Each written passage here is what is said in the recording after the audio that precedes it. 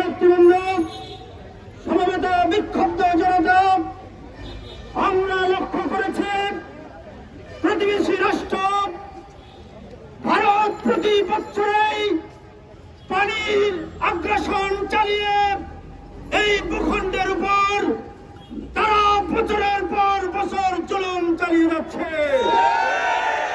সংগ্রামী সাথী বন্ধুগণ, আন্তর্জাতিক আইন অনুযায়ী প্রতিটি নদী পানির ন্যায্য হিস্সার একটা নিয়ম রয়েছে।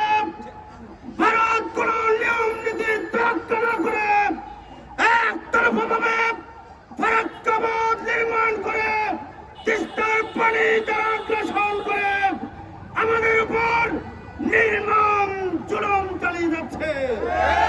আপনারা লক্ষ্য করেছেন আজকে দেশের বেশ কয়েকটি অঞ্চল, ফেনী, নোয়াখালী, কুমিল্লা সহ লক্ষ লক্ষ মানুষ পানির নিচে তলিয়ে যাচ্ছে।